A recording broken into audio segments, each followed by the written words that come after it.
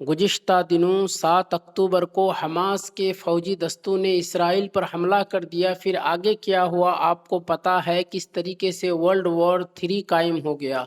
دوستو، پہلا world war اور دوسرا ورلڈ وار میں کس طریقے سے جانی مالی نقصان ہوئے اور پراپرٹیز برباد ہوئے اور ہماری نسل کے لیے کیا کیا نقصان ہوئے، ہم سب کو پتہ ہے۔ لیکن اگر یہ جنگ اسی طریقے سے جاری رہا تو ہماری آنے والی نیو جنریشن کے لیے بہت نقصان دہ ثابت ہوگا۔ لیکن حماس نے جو حملہ کیا ہے، آخر ایسا کیوں کیا؟ اس کے پیچھے ریزن کیا ہے؟ اس سچ کو جاننے کی ضرورت ہے، پوری تاریخ کو سمجھنا بہت ضرورت ہے۔ اسی لیے آج ہم نے یہ ویڈیو آپ کے سامنے لے کر کے آیا ہے، تب جا کر حماس فلسطین اسرائیل کے درمیان کی گتھیاں سلجھا سکتے ہیں۔ کچھ لوگ ایسے بھی ہیں جنہیں فلسطین کی تاریخ پتہ نہیں اور الٹے سیدھے کمنٹ پاس کر رہے ہوتے ہیں۔ تو آئیے جانتے ہیں فلسطین اور اسرائیل کی تاریخ کو اور سمجھتے ہیں کہ یہ ورلڈ وار 3 چھڑ جانے کی وجہ کیا ہے۔ فلسطین میں اسرائیل کے انسانیت سوز مظالم کے بعد قبلہ اول بیت المقدس اور فلسطین ایک مرتبہ پھر دنیا بھر کی نظروں کے سامنے آ گئے۔ بیت المقدس کی آزادی کے خواب سجائے ہوئے اہل فلسطین والوں کی داستان تقریباً 1 صدی پر پھیلی ہوئی ہے۔ جی ہاں دوستو، یہ تاریخ بہت پرانی ہے، یہ کوئی نئی تاریخ نہیں ہے جسے آج ہم اور آپ سن رہے ہیں یا دیکھ رہے ہیں۔ یہ بہت پرانی تاریخ ہے، 1 صدی پر پھیلی ہوئی ہے، جس سے آج ہماری نئی نسل بالکل ناواقف ہے۔ اہل فلسطین کی کہانی روشنائی سے نہیں بلکہ ان کے خون سے لکھی گئی ہے۔ فلسطین کے ہر چپا چپا پر قربانیوں کی ایسی لازوال داستانیں نقش ہیں جس سے وہاں کے باشندوں کی جرأت، ہمت، غیرت اور استقامت کا پتہ چلتا ہے۔ فلسطین کے معصوم بچے، مائیں، بہنیں، جوان اور بوڑھے سب جس جرم کی چکی میں پس رہے ہیں، اس کے بارے میں اور دنیا بھر کے مسلمانوں کو بزبان حال یہی کہہ سکتے ہیں: تم شہر اما کے رہنے والے درد ہمارا کیا جانو، تم شہر اما کے رہنے والے درد ہمارا کیا جانو، ساحل کی ہوا تم موج صبا، طوفان کا دھارا کیا جانو۔ اس میں کوئی شک نہیں کہ فلسطینی مسلمان اب تقریباً 1 صدی سے تکلیف اور آزمائش کی چکی میں پس رہے ہیں، اور یہ دنیا کی وہ واحد قوم ہے جو خود اپنے ہی علاقہ اور اپنے وطن میں مہاجروں کی سی زندگی گزارنے پر مجبور ہے، مائیگریٹر کی طرح زندگی گزار رہے ہیں، جبکہ وہ لوگ وہیں کے باشندے ہیں۔ ان پر اتنی ظلم و زیادتیاں ہو رہی ہے، لیکن یہ بھی سچ ہے کہ دنیا بھر کے مسلمانوں کے دل اہل فلسطین کے ساتھ دھڑکتے ہیں، اور وہ کسی بھی صورت اسرائیل کا غاصبانہ قبضہ تسلیم کرنے کے لیے تیار نہیں ہے۔ فلسطین کا غم امت مسلمہ کا مشترکہ غم ہے، اور اہل فلسطین کا درد بھی سانجھا ہے، اور یہ بات روز روشن کی طرح عیاں ہے کہ بیت المقدس کا مسئلہ فقط اہل فلسطین کا مسئلہ نہیں بلکہ پوری امت اسلامیہ کا مسئلہ ہے۔ لہٰذا ضرورت ہے کہ ہم اپنی نسلوں کو بیت المقدس کی تاریخ سے واقف کروائیں تاکہ ہماری نئی نسل بیت المقدس کی حفاظت اور آزادی کے لیے ہمیشہ تیار رہیں۔ کسی شاعر نے کیا خوب کہا: اقصی کی زمیں کو ہم سب مل کے چھڑائیں گے، تاریخ فلسطین ہم گھر گھر میں بتائیں گے۔ ناظرین کرام، القدس فلسطین کا شہر اور دارالحکومت ہے۔ یہ یہودیوں، مسیحیوں اور مسلمانوں تینوں کے نزدیک مقدس ہے، مبارک ہے۔ یہاں مسلمانوں کا قبلہ اول مسجد اقصی اور گنبد الصخرہ واقع ہیں۔ مکہ مکرمہ سے بیت المقدس کا فاصلہ تقریباً 13 کلومیٹر ہے۔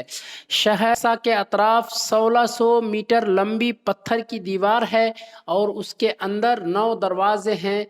ان سارے دروازوں کا الگ الگ نام ہے: باب رحمت، باب حطہ، باب فیصل، باب غواغہ، باب ناظر، باب حدید، باب قطانبین، باب سلسلہ، باغ مغازیہ۔ ان ناموں سے یہ دروازے منسوب ہیں۔ مسجد اقصی کی بنیاد کب پڑی؟ یہ ایک بہت بڑا سوال ہے۔ مکہ مکرمہ کی بنیاد ڈالنے کے 40 سال بعد حضرت سیدنا آدم علیہ السلام یا ان کی اولاد میں سے کسی نے بیت المقدس کی بنیاد رکھی، پھر اس کی تعمیر حضرت سیدنا سام بن نوح علیہ السلام نے کی۔ عرصہ دراز کے بعد حضرت سیدنا داؤد علیہ السلام نے بیت المقدس کی بنیاد اس مقام پر رکھی جہاں حضرت سیدنا موسیٰ علیہ السلام کا خیمہ نصب کیا گیا تھا۔ اس عمارت کے پورا ہونے سے قبل حضرت سیدنا داؤد علیہ السلام کی وفات کا وقت قریب آ گیا تو آپ نے اپنے لڑکے فرزند ارجمند حضرت سیدنا سلیمان علیہ السلام کو اس کی تکمیل کی وصیت فرمائی، اس کو کمپلیٹ کرنے کی وصیت فرمائی۔ چنانچہ حضرت سیدنا سلیمان علیہ السلام نے جنوں کی ایک جماعت کے ساتھ مسجد اقصیٰ کو تعمیر کیا۔ جی ہاں، یہ واحد ایسی مسجد ہے پوری دنیا میں جس کی تعمیر جنوں نے کی ہے۔ آپ سب کو پتہ ہے کہ حضرت سلیمان علیہ السلام کی حکومت ہواؤں پر، چرندوں پرندوں پر، ساری مخلوقات پر جہاں تھی، وہیں پر جناتوں پر ان کی حکومت چلتی تھی۔ تو جناتوں نے اس مسجد کو تعمیر کیا ہے۔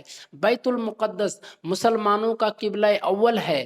ہجرت کے بعد 16 سے 17 ماہ تک نبی کریم صلی اللہ علیہ وسلم بیت المقدس یعنی مسجد اقصیٰ کی جانب رخ کر کے ہی نماز ادا کرتے تھے۔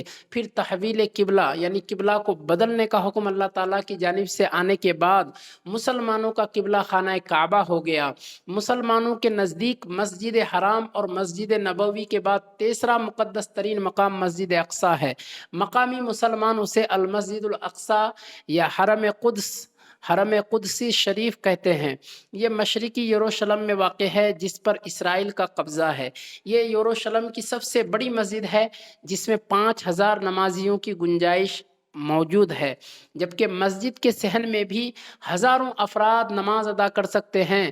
نبی کریم صلی اللہ علیہ وسلم سفر معراج کے دوران مسجد حرام سے یہاں پہنچے تھے اور بیت المقدس میں تمام انبیاء کی نماز کی امامت کرنے کے بعد براق کے ذریعے سے 7 آسمانوں کے سفر پر روانہ ہوئے۔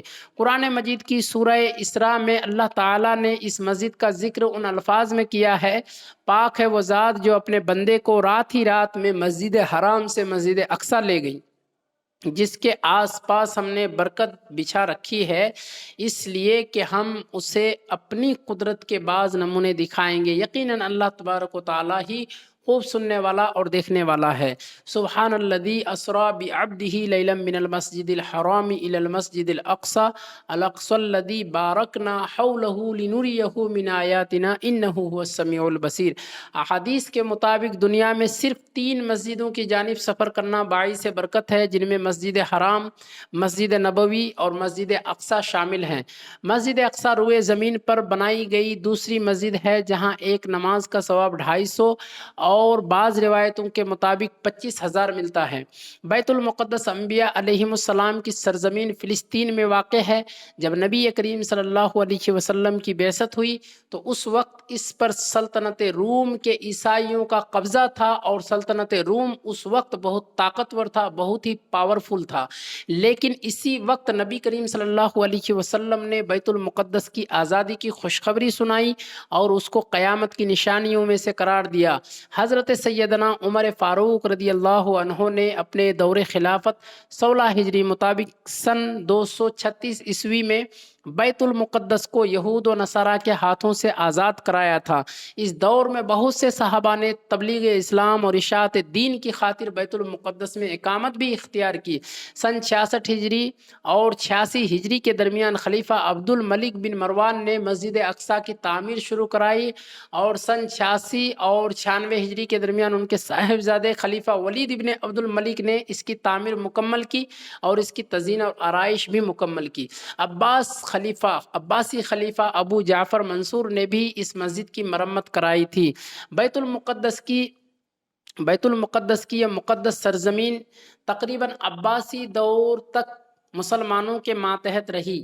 پھر جیسے جیسے ان میں آپسی اختلاف و انتشار، خانہ جنگی، سیاسی فتنوں اور باطنی تحریکوں کی وجہ سے عباسی حکومت کمزور پڑنے لگی، تو گھات میں بیٹھے ہوئے صلیبیوں کو موقع مل گیا اور ادھر فاطمی حکومت نے بھی اپنی حکومت کی مضبوطی اور استحکام اور شام سے سلجوکیوں کے خاتمے کے لیے ان صلیبیوں سے مدد طلب کی اور انہیں کئی طرح کی سہولتیں فراہم کر دیں اور بیت المقدس میں آنے جانے کی اجازت دے دی۔ بالآخر ان تمام باتوں کا فائدہ اٹھاتے ہوئے صلیبیوں نے بغاوت کر دی اور اپنے فاطمی خلفاء کے ساتھ غداری اور دھوکہ کیا اور القدس پر قبضہ کے لیے اپنے فوج کو تیار کر لیا اور پھر 70,000 سے زائد مسلمانوں کو شہید کرتے ہوئے بالآخر 492 ہجری مطابق سن 1099 عیسوی کو صلیبیوں نے بیت المقدس کو مسلمانوں سے چھین لیا اور یروشلم پر اپنی مسیحی حکومت قائم کر دی۔ پہلی صلیبی جنگ کے بعد جب عیسائیوں کا بیت المقدس پر قبضہ ہو گیا تو انہوں نے مسجد اقصیٰ میں بہت رد و بدل کیا۔ انہوں نے مسجد میں رہنے کے لیے کئی کمرے بنا لیے اور اس کا نام معبد سلیمان رکھا، نیز متعدد دیگر اور عمارتوں کا اضافہ کیا جو بطور ضرورت اور اناج کی کوٹھیوں کے استعمال کے لیے ہوتی تھی۔ انہوں نے مسجد کے اندر اور مسجد کے ساتھ ساتھ گرجا بھی بنا لیا۔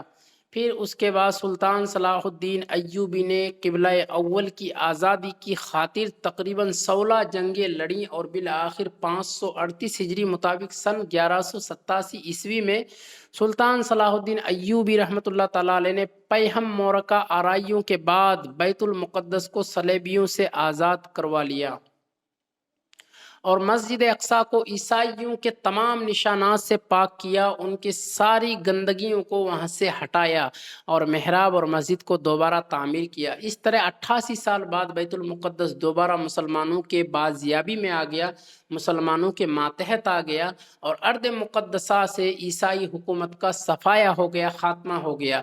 اس طرح ارض مقدسہ پر تقریباً 761 برس مسلسل مسلمانوں کی سلطنت رہی۔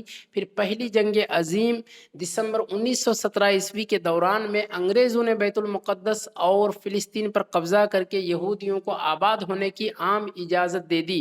یہود و نصارہ کی سازش کے تحت نومبر 1947 عیسوی میں اقوام متحدہ کی جنرل اسمبلی نے دھاندلی سے دھوکے سے کام لیتے ہوئے فلسطین عربوں اور یہودیوں میں تقسیم کر دیا، یہاں تک کہ 24 مئی 1948 عیسوی میں امریکہ، برطانیہ اور فرانس کی سازشوں سے ارض فلسطین کے خطہ میں صہیونی سلطنت قائم کی گئی اور جب 1948 عیسوی کو یہودیوں نے اسرائیل کے قیام کا اعلان کر دیا تو پہلے عرب اسرائیل جنگ چھڑ گئی۔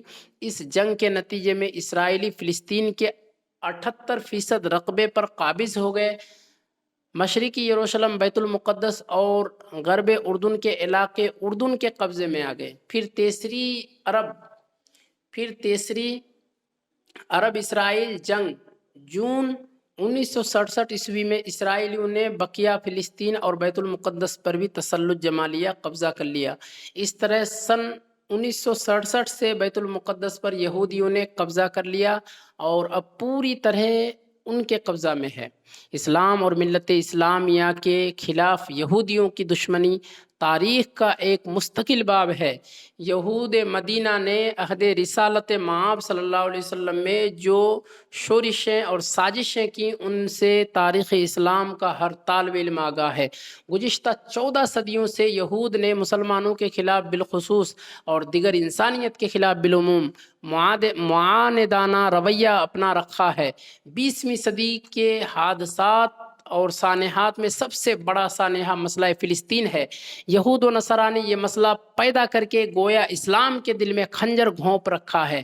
سن 1948 میں اسرائیل کے قیام کے بعد یورپ سے آئے ہوئے غاصب یہودیوں نے ہزاروں سال سے فلسطین میں آباد فلسطینیوں کو ان کی زمین اور جائیداد سے بے دخل کر کے انہیں کیمپوں میں نہایت ابتر حالت میں زندگی بسر کرنے پر مجبور کر دیا ہے۔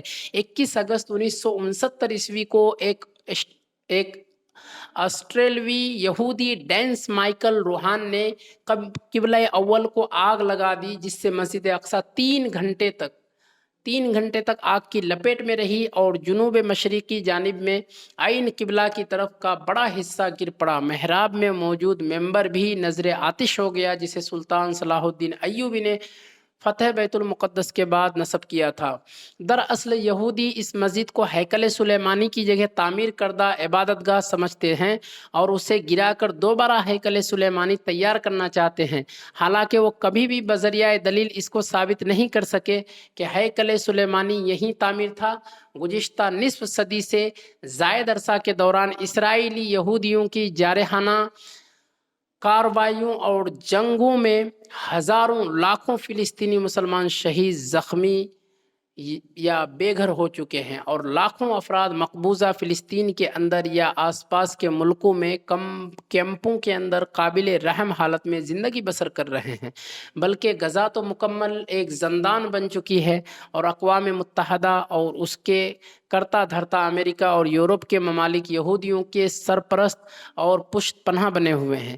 افسوس کا مقام ہے کہ بعض نام نہاد مسلم ممالک اپنی ذاتی حقیر مفادات اور اپنی چند روزہ شان و شوکت اور عارضی کرسی کی بقا کی خاطر یا تو ان دشمنان اسلام کی حمایت کر رہی ہے یا خاموش تماشائی بنی ہوئی ہے، لیکن یہ یہود اور اس کے حوارے یاد رکھیں کہ شام جو زمانہ قدیم میں لبنان، فلسطین، اردن اور شام کی سرزمین پر مشتمل تھا، جہاں آج یہ یہود قابض ہو گئے ہیں، احادیث کے مطابق قرب قیامت میں وہاں اسلام کا غلبہ ہوگا، اور ایمان اور اہل ایمان فتنوں کے اس دور میں زیادہ تر شام کے علاقوں میں ہی ہوں گے۔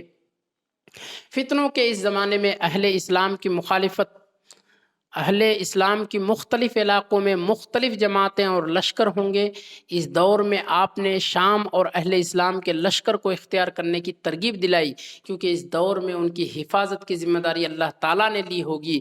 یہ حضرت مہدی اور حضرت عیسیٰ علیہ السلام کا لشکر ہوگا، اور آخری وقت، آخری زمانہ، قرب قیامت میں خلافت اسلامیہ کا مرکز و محور ارض مقدسہ ہوگی۔ قیامت سے قبل مدینہ منورہ ویران ہو جائے گا اور بیت المقدس آباد ہوگا، تو یہ زمانہ بڑی لڑائیوں اور فتنوں کا ہوگا۔ اس کے بعد دجال کا خروج ہوگا۔ دجال شام اور عراق کے درمیان میں سے نکلے گا۔ دجال کا فتنہ اس امت کا بہت بڑا فتنہ ہے۔ اس سے ہر نبی نے اپنی قوم کو ڈرایا، مگر دجال مکہ، مدینہ اور بیت المقدس اور کوہ طور میں داخل نہیں ہو سکے گا۔ سیدنا عیسیٰ علیہ السلام کا نزول بھی انہی علاقوں دمشق کے مشرق میں سفید مینار کے پاس سے ہوگا، اور وہ دجال کو باب لد کے پاس قتل کریں گے۔ باب لد فلسطین کے علاقہ میں بیت المقدس کے قریب ہی میں، جس پر اسرائیل غاصب نے قبضہ کر رکھا ہے، اور اسی طرح فتنہ یاجوج اور ماجوج کی ہلاکت اور انتہا بھی بیت المقدس کے قریب جبل الخمر کے پاس ہوگی۔ یہ بات روز روشن کی طرح یہاں ہے کہ قیامت اس وقت تک قائم نہیں ہوگی کہ جب تک یہودیوں کو صفائے ہستی سے مٹا نہ دیا جائے۔ آج پوری دنیا سے یہودی اپنے مقتل اسرائیل میں جمع ہو رہے ہیں۔ قیامت سے پہلے یہ وقت ضرور آئے گا کہ مسلمان یہودیوں کو چن چن کر کے قتل کریں گے، اور ایک بار پھر اللہ تعالیٰ کے حکم سے قیامت کے قریب حضرت امام مہدی اور حضرت عیسیٰ علیہ السلام کے ظہور کے بعد ایک مومن جماعت کے ہاتھوں بزور شمشیر مسلمانوں کا قبلہ اول بیت المقدس فتح ہوگا۔ بیت المقدس اور فلسطین کے موجودہ حالات سے یہ بات واضح ہے کہ وہ وقت اب قریب ہے، لہٰذا مسلمانوں کو چاہیے کہ وہ قبلہ اول کی حفاظت اور آزادی کے لیے ہمہ وقت تیار رہیں، اور اپنی نسلوں کو اس کی تاریخ سے واقف کراتے ہوئے اس کی بازیابی کے لیے تیار رہیں۔ اٹھ باندھ کمر مرد مجاہد کا جگر لے، مومن ہے تو پھر مسجد اقصیٰ کی خبر لے۔ دوستو، اسی کے ساتھ ہم اپنی گفتگو کو یہیں پر ختم کرتے ہیں۔ انشاءاللہ آئندہ پھر ملاقات ہوگی۔ اگر آپ چینل پر نئے ہیں تو چینل کو لائک کریں، چینل کو سبسکرائب کریں، ویڈیو کو لائک کریں، اور اپنے دوستوں احباب تک اس ویڈیو کو ضرور شیئر کریں۔ السلام علیکم۔